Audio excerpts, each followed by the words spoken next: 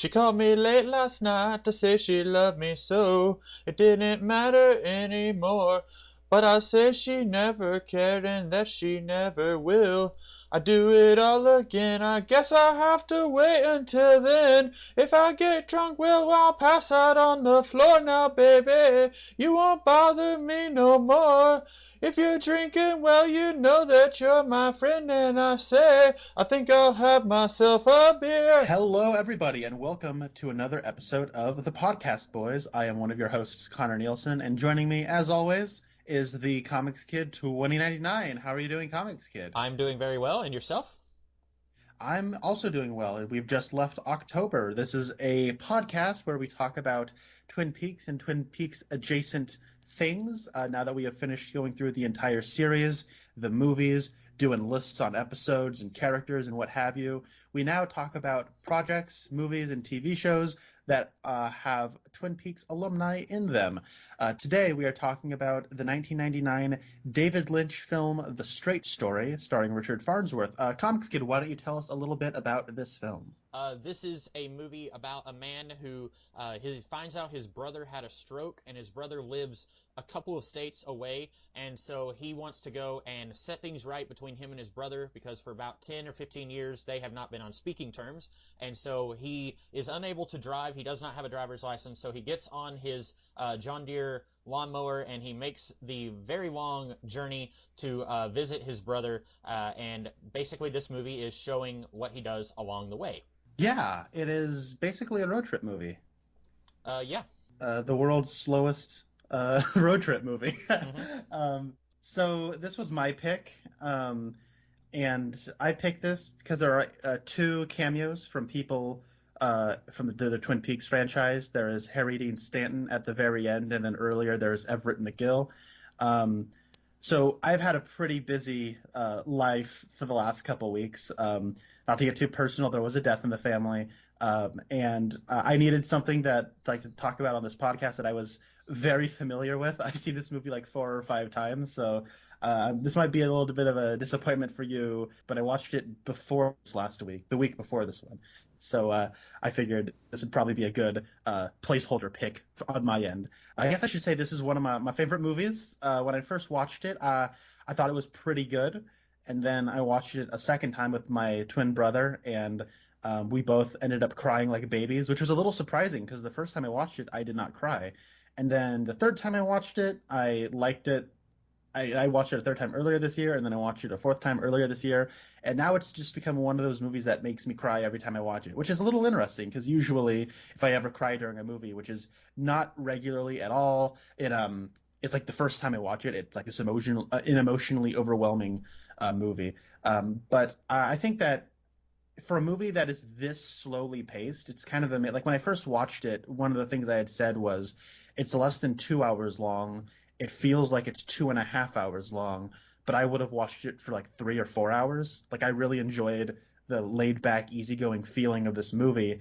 But the more I watch it, every time I watch it, that hour and 45, hour 50, however long it is, it goes by faster and faster every time. And a lot of the things that I found to kind of be a little slow the first time around, I mean, the things I appreciated on repeat viewings myself. I'm very curious to know how you feel about this because you have a bit of a hot and cold relationship with David Lynch, Comics Kid. So how did you feel about this movie? Well, hate is a strong word. I did not hate this, but I strongly disliked it, and I will never watch it again. Okay. I'm sorry, because when you said right. This is one of your favorite movies, I said, oh no, to myself, I don't want this to just be me bashing this movie for the whole time we're talking, but I really did not care for it. And I kind of, as I got into the movie, I thought I can see why Connor likes this, because if I may quote you, sometime back, I don't remember what we were talking about, but you said that you enjoy slow and boring movies, and that's not me putting words into your mouth. You actually said that to me once, and so I said that is actually what I say. Yeah. So like I was watching this, I thought it makes a lot of sense that Connor likes this movie. I did not like it, but I will try my very best to not be too angry or harsh at this movie as we get into it. But I want to hear you release the Kraken, Comics Kid. I love it when you tear apart stuff, so this will be a lot of fun. Okay. Yeah. So I guess let's get into it. Yeah, well, I mean, I want to hear what you have to say in a lot more detail now. Okay. Well, I guess first of all, it's an hour and 50 minutes long, and then there's like a minute of like the stars. There's a star background, and it's like directed by David Lynch and stuff, and then there's like a 3 minutes credits, so it's really like an hour 45.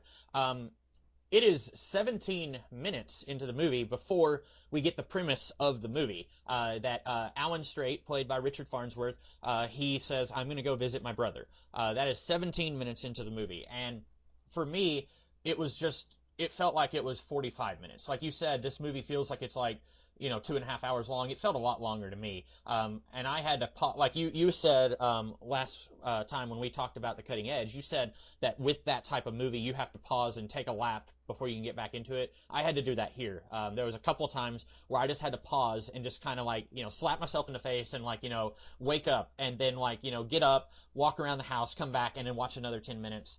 So the experience was longer than it could have been, but I was having trouble just engaging with it. And like, it's not even that long of a movie, but watching it when I was like 17 minutes and we're just now hearing like what the movie is about. And then like, I feel like this almost in a way, this feels like the Odyssey, where it's like you've got a character who's on a very long journey, and then there's various episodic adventures that happen along the way. So this movie, Richard Farnsworth, he meets the girl who's pregnant, and he kind of talks to her about the importance of family. And then there's the people who are going on a bicycle, like a marathon on bikes, and he talks to them about what it's like getting old. And then he meets the woman who runs over the deer, and then he stops in the town because the lawnmower breaks down. And so like there's all these little, I don't want to say adventures because nothing happens, but there's all these different episodes in his journey, and it's very much like Homer's The Odyssey. And I'm not being sarcastic when I say that. Like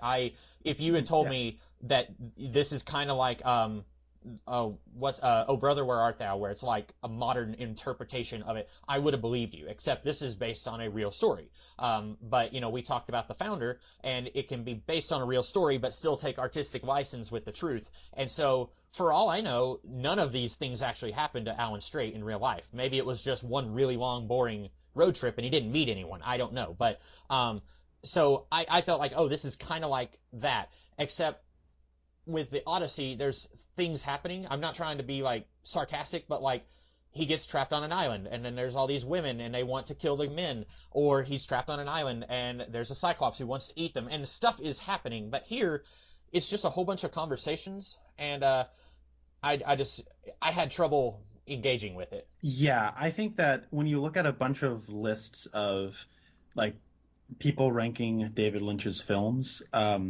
this is either towards the top or towards the bottom of people's lists, depending on who's making the list. Because he made another so in the David Lynch lexicon, he's sort of famous for making weird movies. Whoa, Blue Velvet's kind of disturbing. Whoa, Mulholland Drive, what's going on? Oh my God, Eraserhead. But amongst that filmography, he made like kind of two sober, like straightforward dramas that really don't have anything wacky or supernatural or dreamy going on in the narrative, and that is The Elephant Man and The Straight Story. And what I found out is depending on who you are, you either love one of them or you think the other one's just kind of whatever. And so I love this movie, and I think The Elephant Man is fine, but it's nowhere near my favorite David Lynch movie. In fact, it's towards the bottom. Um, but yeah, I really like this movie, and I've made like like in like forums or whatever, I've posted like this is my list of all the David Lynch movies I've seen and like going from favorite to least favorite. And I've had on more than one occasion people say, okay, why is The Straight Story number 3?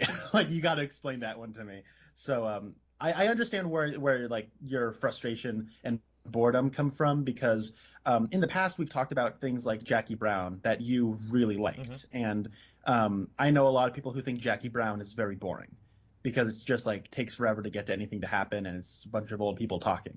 And this movie is just a bunch of old people talking, and it kind of takes forever for anything to get going. So I was curious then like where you would fall, and I had a feeling you would either be bored or you would like it, and so yeah, I guess I wasn't surprised by your response, but Yeah, I think it's interesting to talk about. But what I kind of get from it is like I think that a lot of people kind of misdiagnose Lynch as a filmmaker when they say this movie is just a like it's not like other Lynch movie or like this is his least Lynchian movie because like there's a part of every David Lynch movie that is like this movie, and this movie is if you took the meditative humanistic element from any one of his movies and expanded it to an entire feature. Mm-hmm.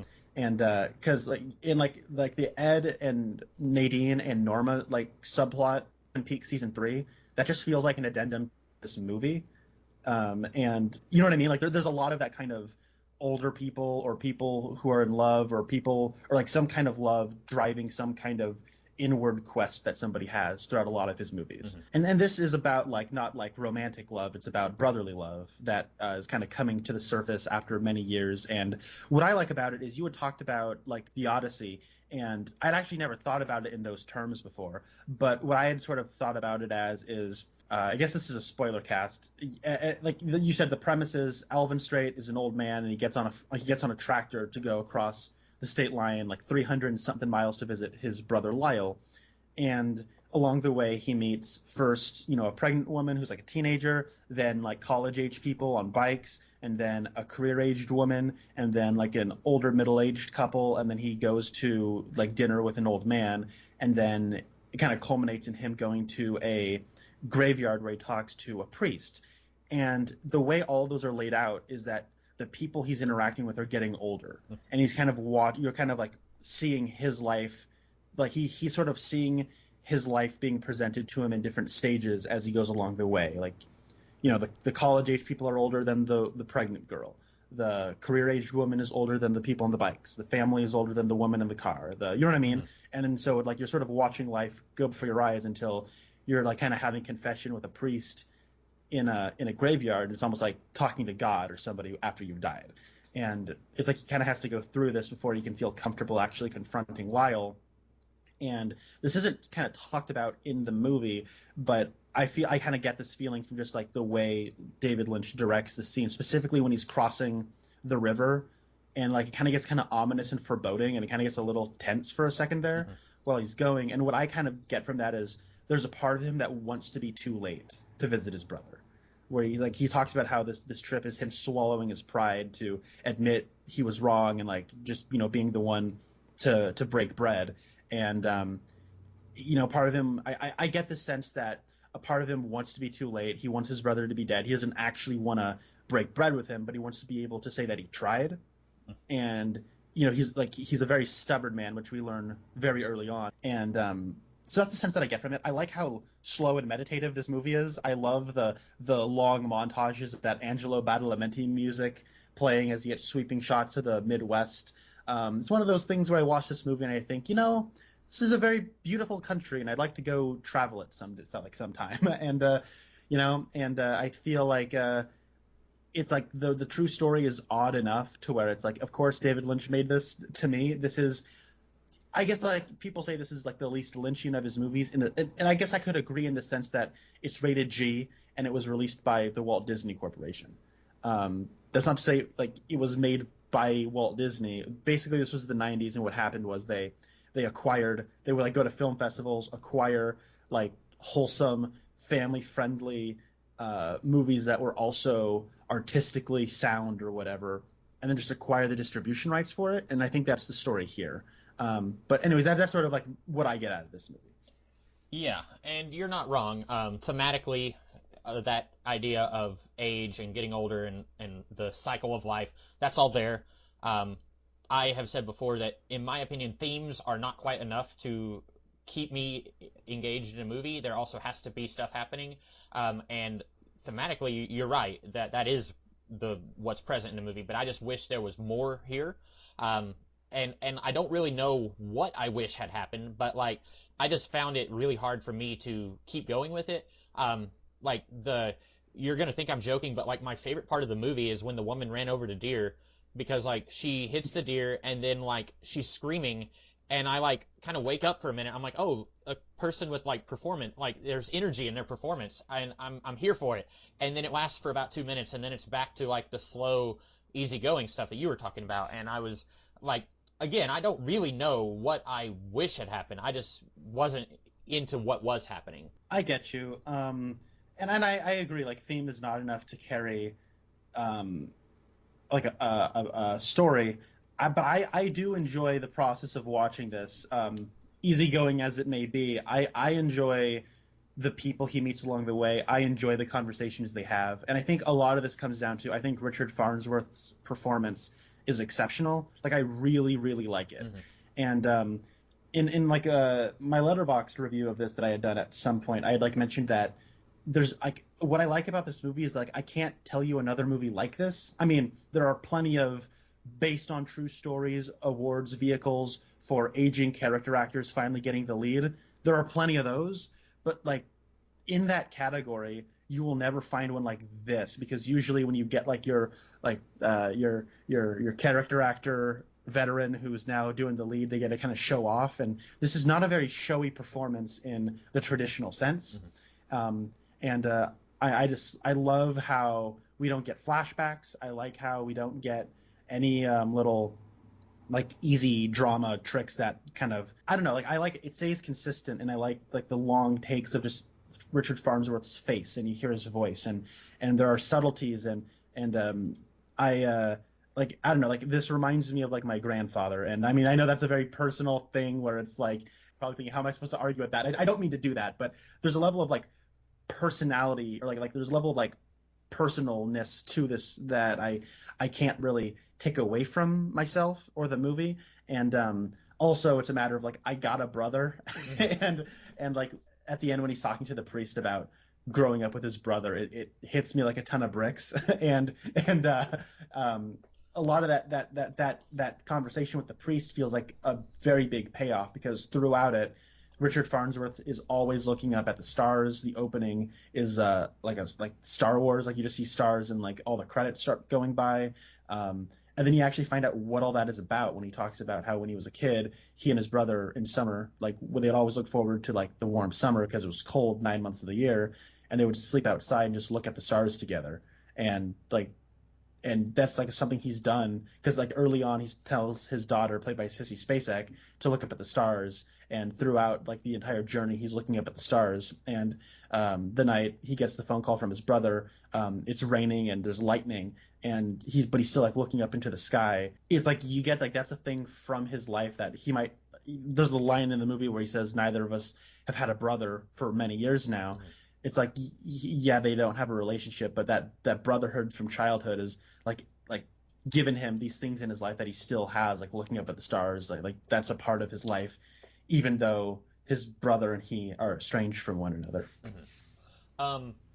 I wanna go back to something you said. You said that people say this is the least Lynchian movie, and it's definitely, I had no idea what to expect going into this, because David Lynch, it's not so much the weirdness, but like the very adult nature of a lot of the stuff. Like Blue Velvet involves like a psychotic rapist who has like a gang, and they're like, you know, involved in a lot of really shady stuff, that like he's kidnapped this woman's family, and like just some really messed up stuff, psychologically messed up, and just like very uncomfortable to watch. And then when you told me this was a David Lynch movie that was rated G, I fundamentally could not wrap my mind around that. But then like watching this, it feels very Lynchian to me.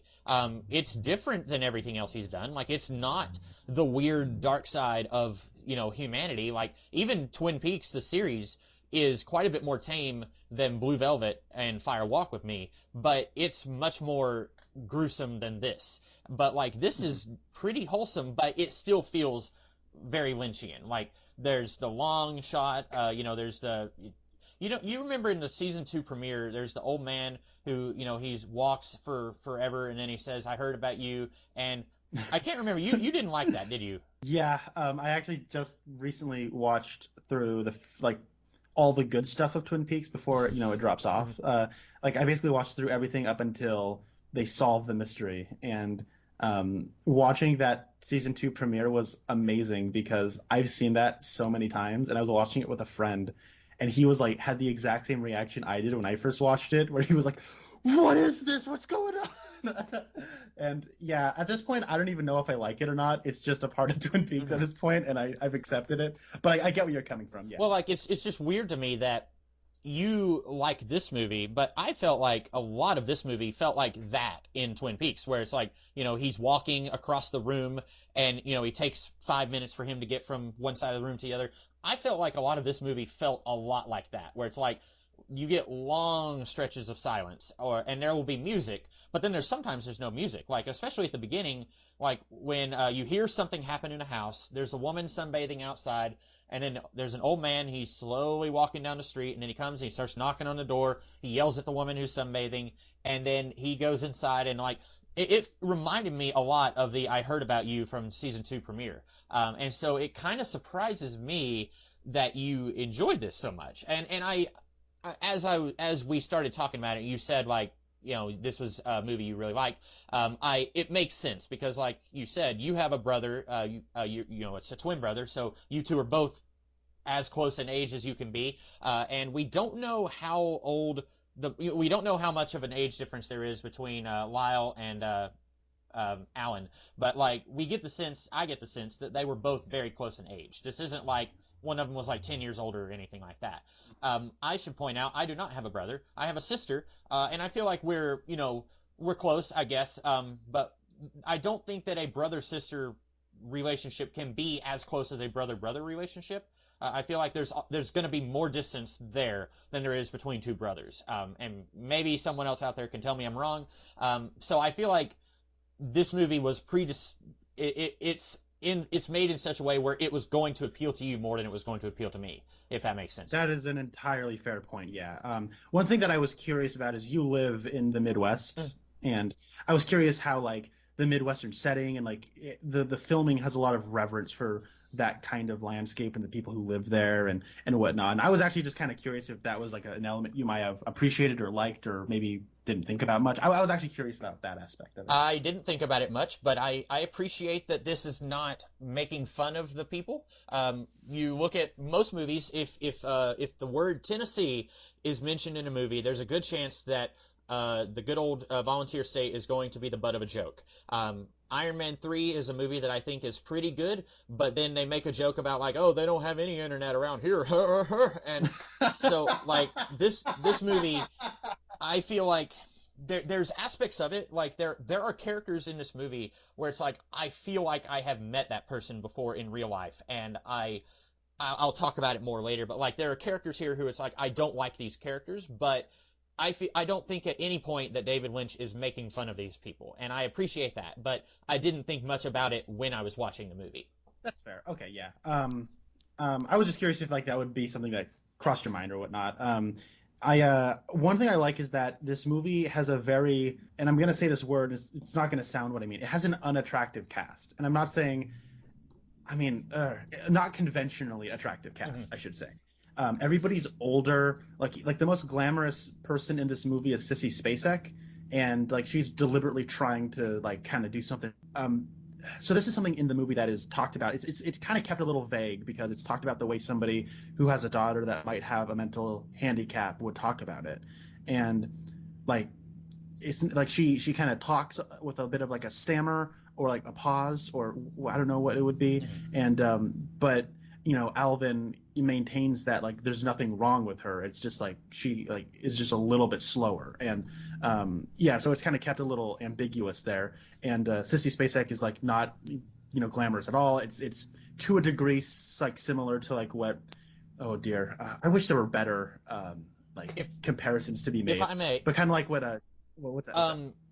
Hollywood, you have like a movie where it's like the girl with the glasses is air quotes the ugly one, but it's like, come on, this is a very attractive woman and you're telling me she's air quotes ugly. And like Hollywood has, there's Hollywood attractive and then there's air quotes Hollywood ugly, which is still like 10 times more attractive than us mere mortals.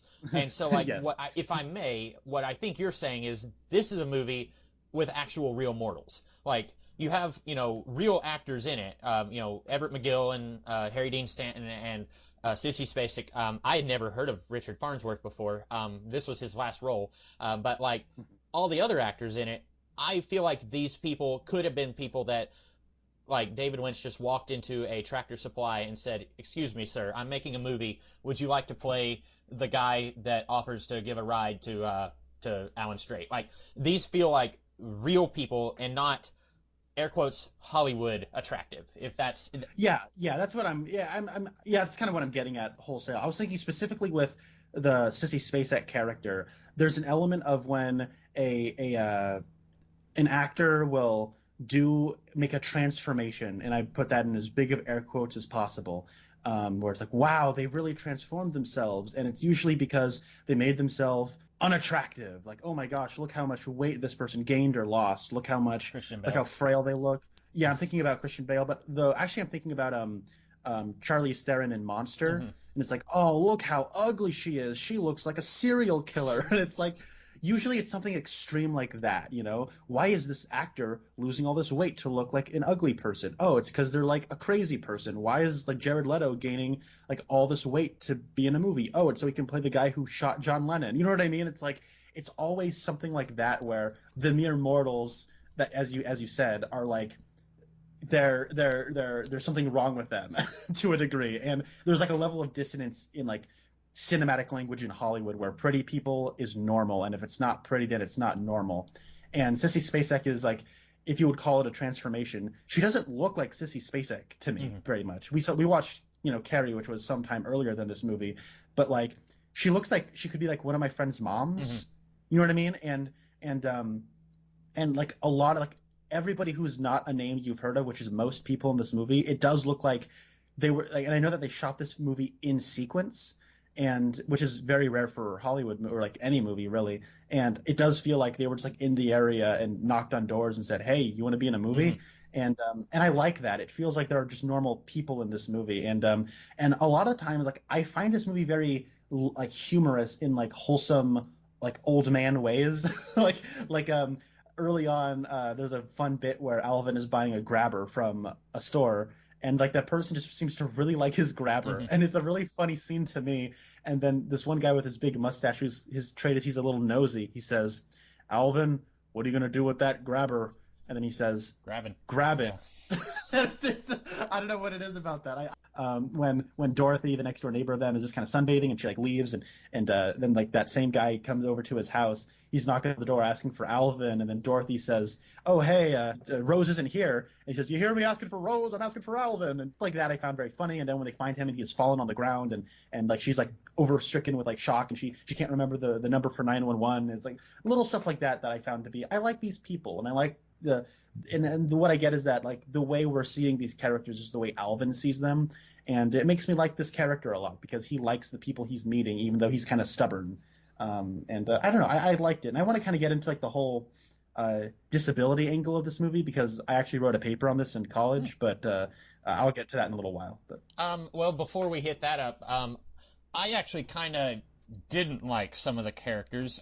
It's hard for me to explain, but like I used to work at a place where I was part-time. I was at the store where people would come in and buy stuff, and then also I was out on the truck picking up furniture and other items and bringing them back to the store. And so I dealt with a lot of older people, not quite elderly, but retirement age, early retirement age, and I dealt with a lot of stubborn people who felt like there was a certain way that something had to be done and there was no other way to do it, where like, if there was a recliner that we had to get out of a living room onto our truck, there would be someone saying, "You have to take it apart to get it out of here." And I would try my best to gently say, no offense, but I've done this many times and we can get it out without taking it apart.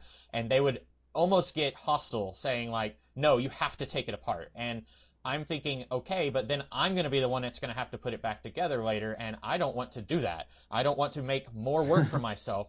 And like I got a sense of that. I felt like the guy who was like trying to get in Alan's business saying like, "Why do you need all that gas?" And then like the guy like when he says like, "Do you hear me asking for Rose?" And then he does like the "forget you" hand motion as he's like walking around the house, and like that's where I was saying like I feel like I have met these people before, and I feel like I just want to like throttle them, and like that makes me sound worse, but I'm just like, because like in my time I've met so many people who are like, I'm right, you're wrong, I'm better than you, and like I know what I'm talking about. It's like, well, sometimes you don't. And sometimes maybe you do think you know better, but maybe see it from another angle, and maybe there's like maybe it's none of your business why this guy is buying like 45 cans of gas. Or like, maybe it's none of your business why he's buying a grabber. Like he's walking with two canes. He needs something to pick stuff up off the ground, like even if he wasn't going on a road trip. So like the stubbornness and the for lack of a better description, like the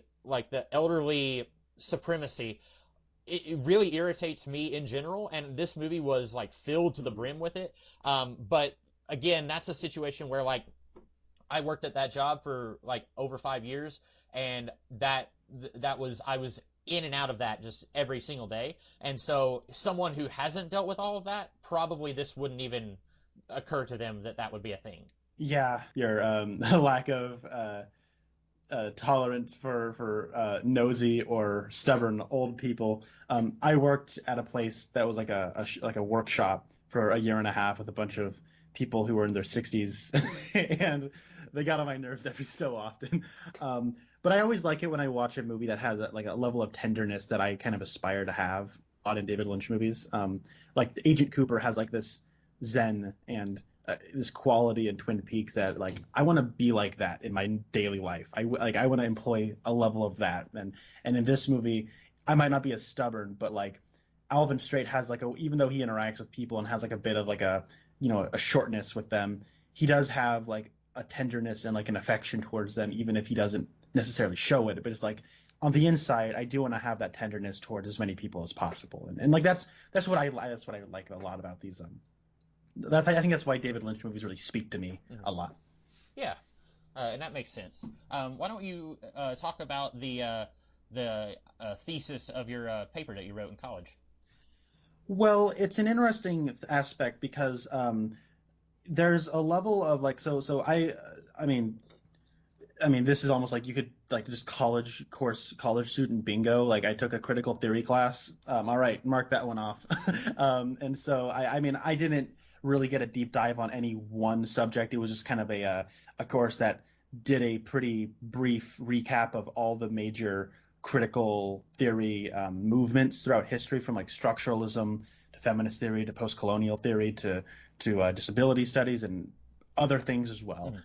And this one I had picked disability studies, and I mean I when it comes to privilege, I kind of got it in the bag. I don't have a disability. I'm pretty white.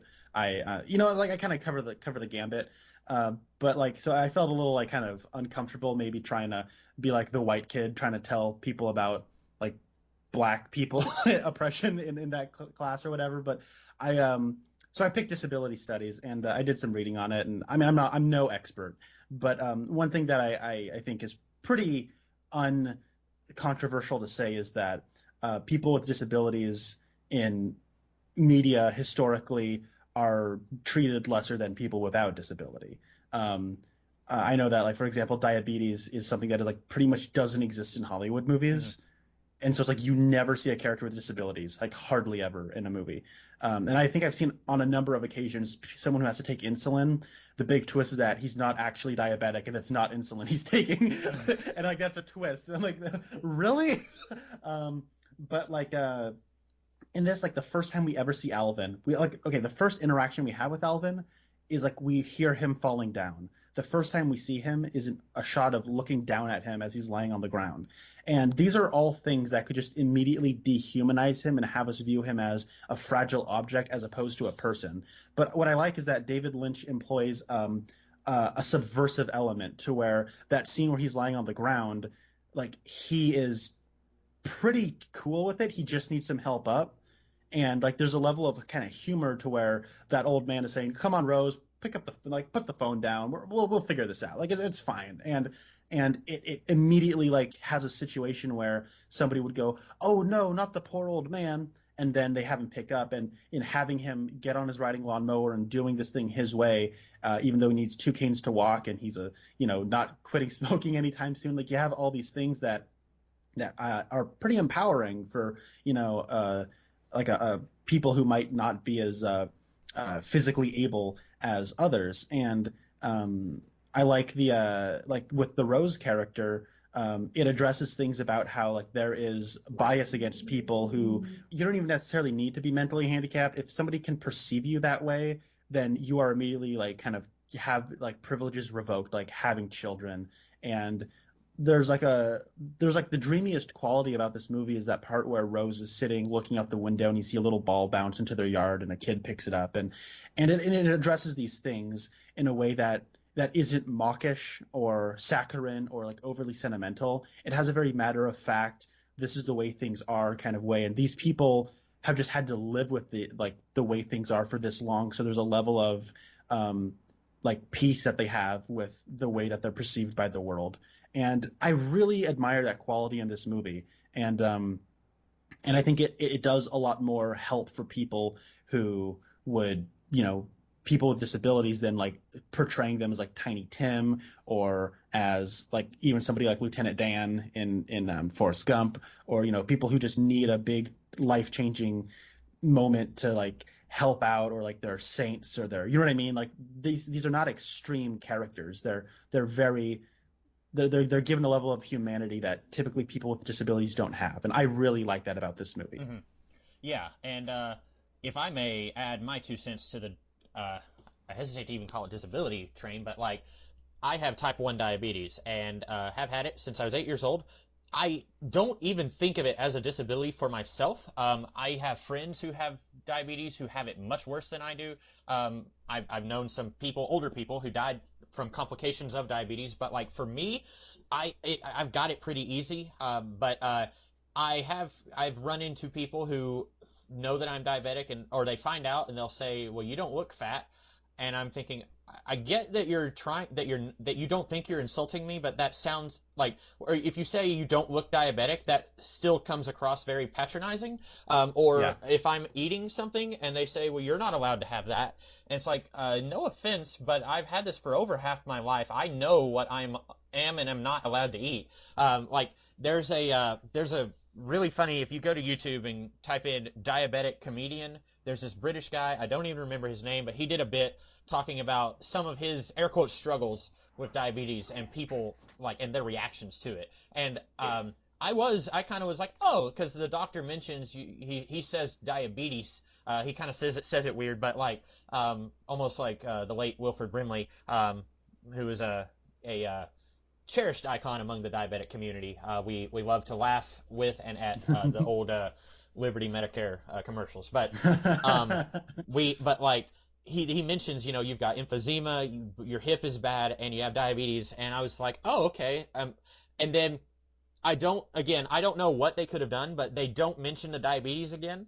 And I don't think that it would have worked to have made that, in air quotes, a plot point, because I don't see how that could have been a plot point. But I thought it was nice that it's like, well, this is just another thing. And like you said, he's not so much letting it get him down. Like he does at one point when they say, what's the best part of getting old? And he says, it's hard to see a bright side when you're lame and blind. So he's not like he's not super peppy about it, but he's taking it in stride and he's doing the best he can.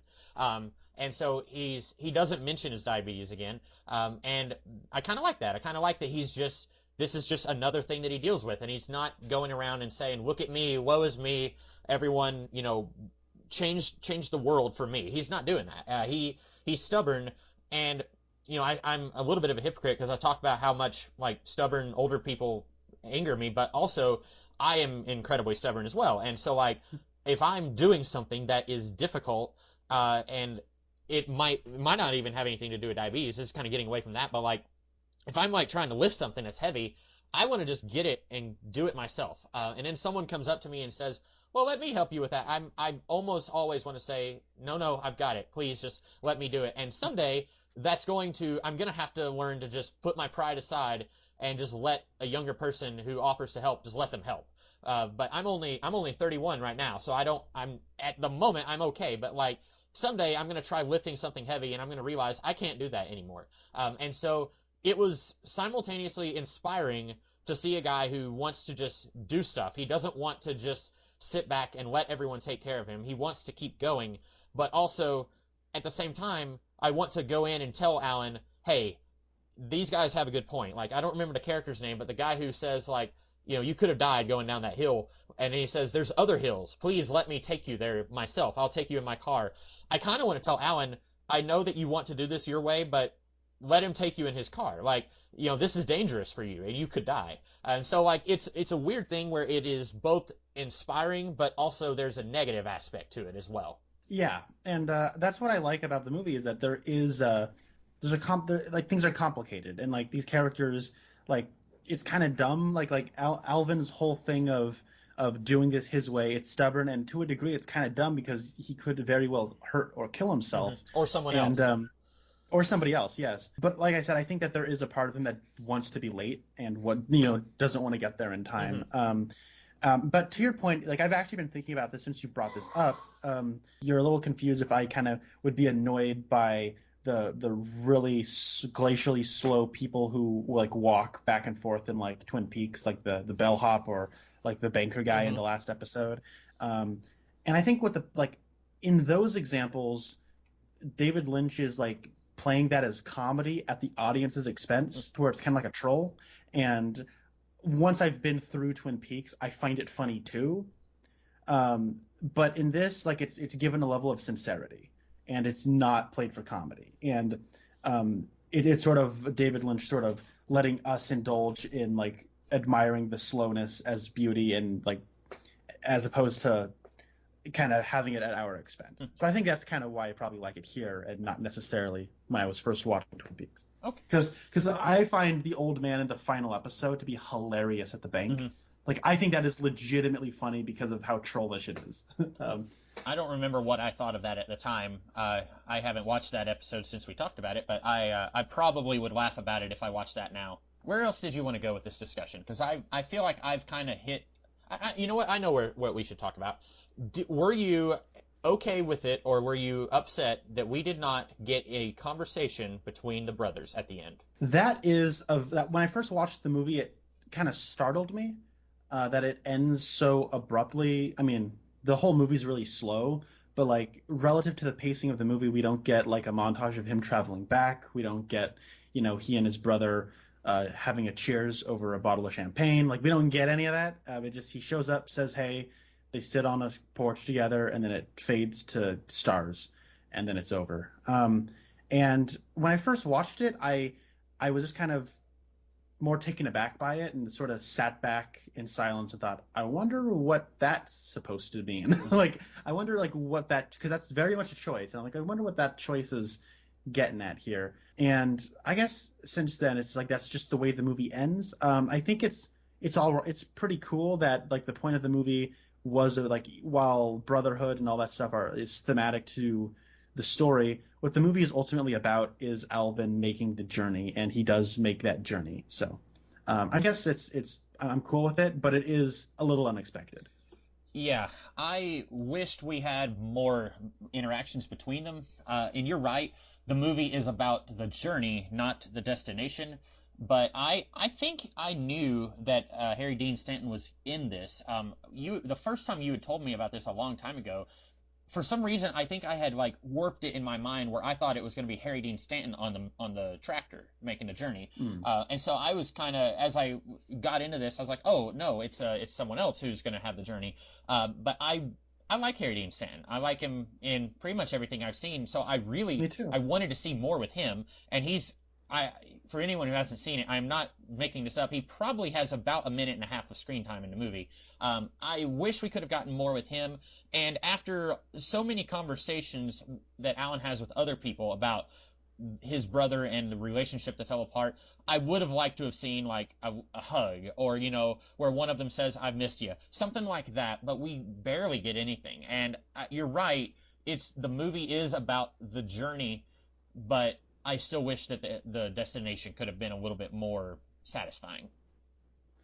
I can definitely understand that, and there's a part of me that agrees with you because I also love Harry Dean Stanton, and there's a part of me that wonders, look, so why did you get Harry Dean Stanton for that? But at the same time, it's like, I mean, but it's not like you got Tom Cruise. Yeah, you know what I mean? That'd be great. He just comes out and says, "Hey, Alan, nice to see you." and he like sprints over to him, open hand sprints towards him. Um, Karate chopping the air. uh, yeah, yeah. It's like they did get like a character actor, but in the realm of character actors, like Harry Dean Stanton is kind of Tom Cruise. But yeah, it's a little subversive. I don't necessarily like. Yeah, it's something that I sort of. I don't know. Like it's a sweet ending. I think you definitely. I mean, I would watch another 2 hours of the two of them hanging out myself, but I don't know how many others would. Um, but one thing that was kind of cool is that like I mean I watched this movie recently with my dad, and like me showing movies to my dad has always sort of been this like what's that person in Greek mythology who like is in hell and they like roll a boulder up the hill only to have it go back down. Sisyphus, I think. It's just yeah, like me showing movies to my dad is like Sisyphus. I don't know why I do it, but every so often I'll be like, "Hey, Dad, we should watch this movie together," and then we do, and then we get to the end of it, and I'm like, "So, Dad, what did you think?" And he goes, "It was fine, Yeah. whatever." Yeah. And I'm like, "Why did I do this?" Like I showed my dad Boyhood, I showed my dad Sing Street, and he's just like, I guess it's fine, whatever." And I was actually having this conversation with Rasco, and he's like, after I don't know, after people turn like 35, they stop thinking anything is good. And it's all about when I was 35 or younger, those were the movies, man. But like my dad talking about Deliverance, he sounds like a college student dissecting a piece of art. And Deliverance rocks, don't get me wrong, but it's just fascinating that, anyways. But I showed him this movie, and this was like amazing because he actually really liked this movie. But he had mentioned that, like I had mentioned that Alvin Strait, Richard Farnsworth, like reminds me of my grandpa to a certain degree. He's not exactly like him, but to a certain degree, he reminds me of him. And I had no idea my dad knew who Harry Dean Stanton was. But he had mentioned that like whenever he sees Harry Dean Stanton in a movie, it reminds him of his grandpa. And so it was kind of cool that like the ending of this movie is like my dad's grandpa and my grandpa sitting on a porch together. Oh, yeah. So like now watching it, I'll have like that added layer. I feel like every time I watch this movie, there's like a new thing I can like project my own life onto. And so I really like that. That is cool, yeah. And I think there is no need to apologize if you have a personal connection to a movie. There's no need to apologize for saying like part of why I like it, and I'm sure you like it. I'm sure even if you didn't have a brother, and even if if this character didn't remind you of your grandpa, I'm sure you would still like it. Because I watching this, I was like, this feels a lot like something Connor would like. But having those added I don't want to say nostalgia, but those added connections, I don't think there's a problem with that.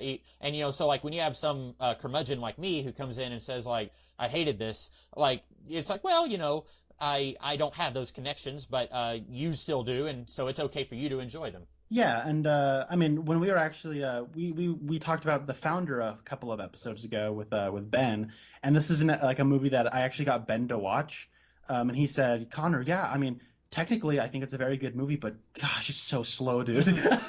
And so I understand this is like not a movie for everybody, and I always hesitate to say that like acquired taste because it sounds like my taste is more sophisticated than somebody else's. Like I guess like the term I'm looking for is it's very niche. Like this isn't gonna be for everybody, and I understand that. And like this is not something I would watch every day of my life.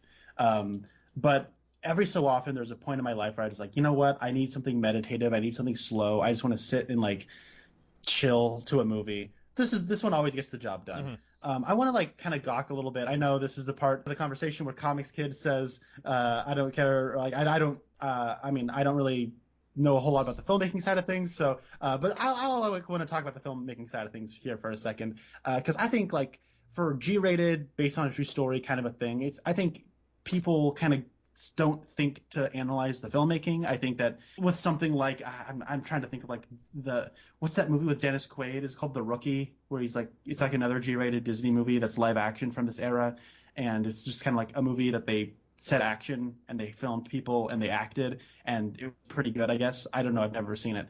I'm entirely projecting here, but I feel like a lot of these kinds of movies, like they're competently made, but the direction and like the filmmaking is not like the top priority. The top priority is just getting the movie made and getting a good performance along the way, so that you can like get picked up for distribution by Disney.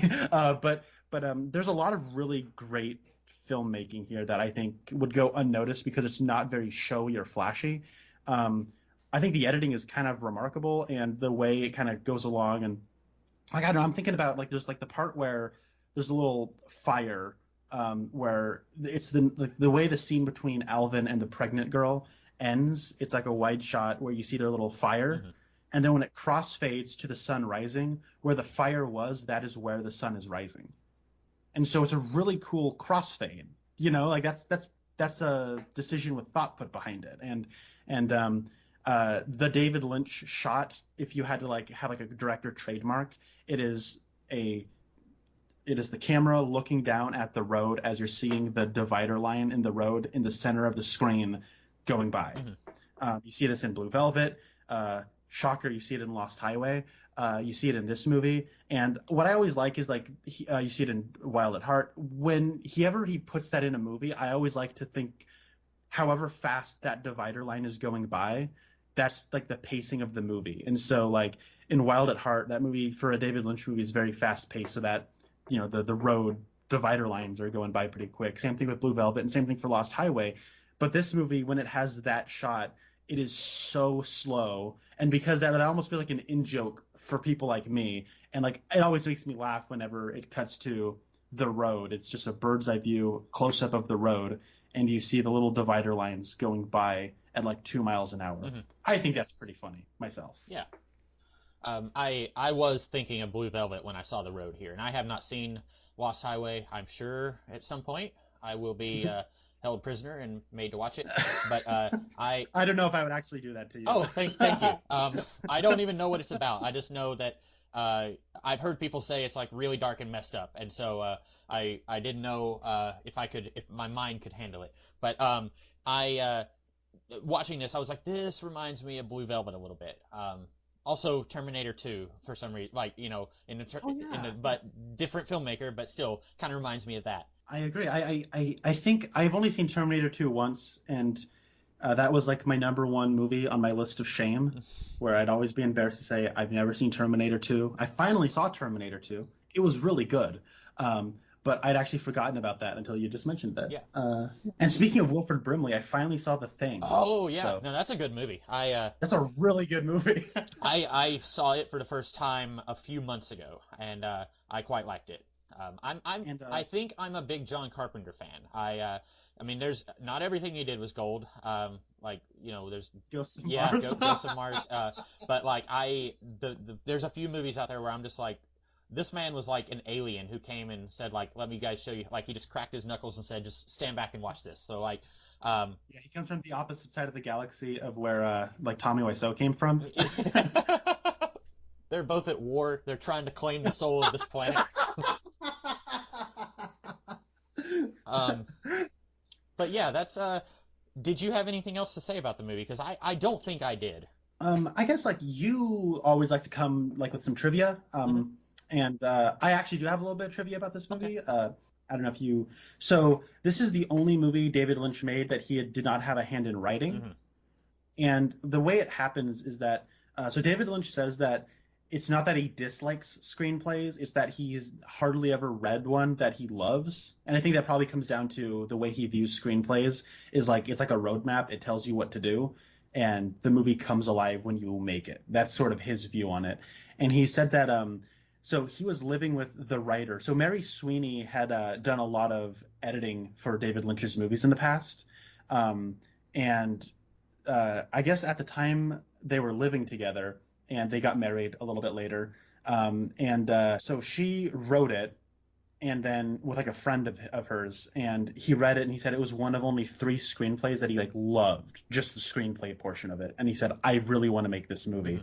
And she thought that was like amazing because she was wondering, there's no way I'm going to sell this movie.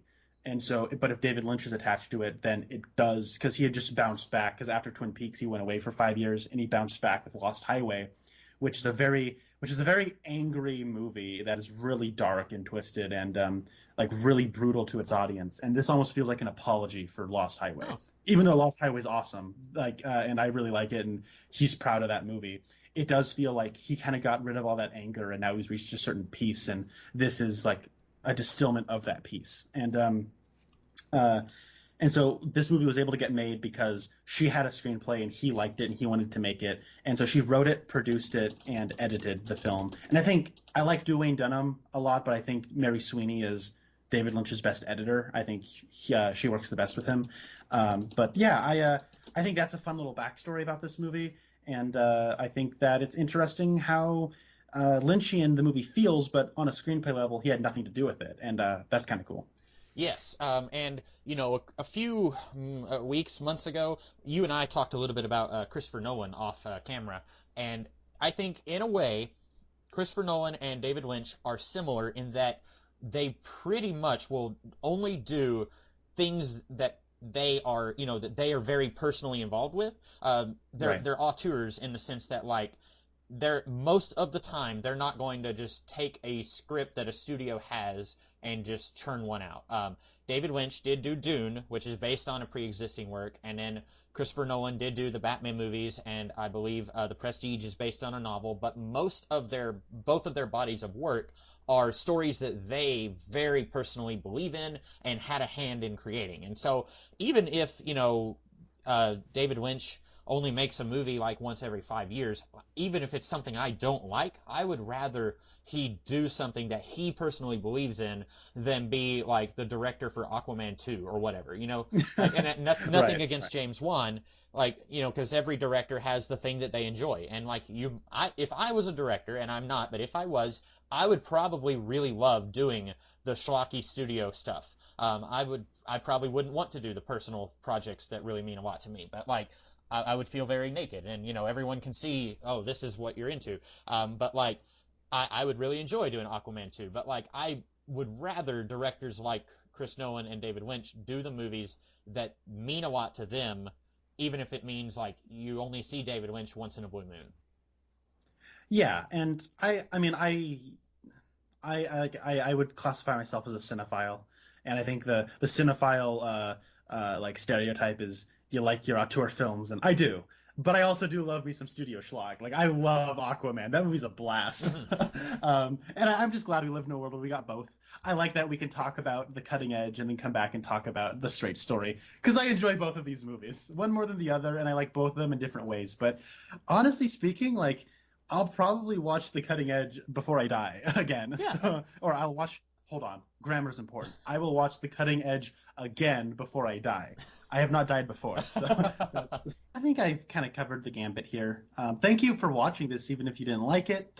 I'm just glad I was able to get it to you at a cost of $0. Yeah. So that's Yeah, because I don't know if this is one that I don't think a lot of people have heard of, unless they are like you, a cinephile, or if they're very, very familiar with David Lynch, they would seek this out. But this is not one that you see or hear about very often. I would not have heard of it if it wasn't for you talking about it. yeah. Well, I'm glad to share. Even if you didn't like it, I was still glad to share. Yeah, and I like to, even if I don't enjoy myself in the moment, I like to try to spread my wings a little bit and not just stay in the same area that I'm always comfortable in. I won't venture out of my comfort zone often, but I try to every now and then. Yeah, yeah. Well, I mean, I'm glad you do. I'm glad you do. And that's always fun to try to push you out of the nest every so Mhm. often because, sometimes we get this, but sometimes we get Jackie Brown. So, Yeah. you know. So for the next time that we do a podcast, I am going to camp right in my comfort zone, sort of. We may regret this, but the last time I asked you about this, you said you had not seen this film, but I am going to choose the 2004 Fantastic Four movie. For anyone who's watching and is familiar with the rules of this podcast, we always have a Twin Peaks connection. The Twin Peaks connection here is screenwriter Mark Frost, who was the co-showrunner, co-creator of Twin Peaks. And he is a screenwriter, not just on this movie, but also on Fantastic Four: Rise of the Silver Surfer. And I decided to choose this one. This is the first movie in this little duology. But I've seen this movie a few times, maybe 5 times total. I'm familiar with it, but as I understand it, you have not seen this movie yet. Is that correct? That is correct. It was always on TV, so I've seen like scenes from it, but I've not actually seen this movie. So that's cool. Okay, and I will say this is an early 2000s superhero movie. We'll just say that. So this will be a interesting thing because I'm not even sure. I won't say that I think this is necessarily a good film, but it's definitely in the top tier, the top 50 percentile of Fantastic Four movies. We'll say that. Oh, the cursed history.